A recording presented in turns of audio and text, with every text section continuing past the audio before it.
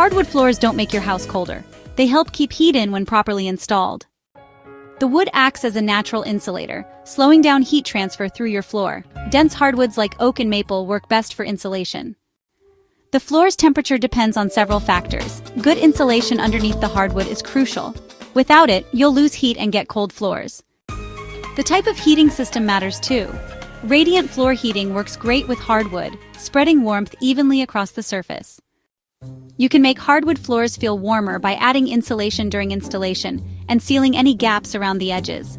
Area rugs help too, creating an extra layer of warmth in spots where you spend time. Thick curtains can block drafts in winter, while proper maintenance of your heating system prevents cold spots.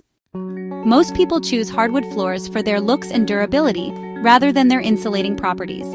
While carpet might feel warmer underfoot, hardwood with proper insulation and heating can be plenty comfortable. The floors will last for decades with good care, and you can always add or remove rugs to adjust warmth with the seasons. The key is installation. A well-installed hardwood floor with quality underlayment and proper insulation won't make your house cold. If your hardwood floors feel chilly, check the insulation beneath them and consider adding area rugs or upgrading your heating system.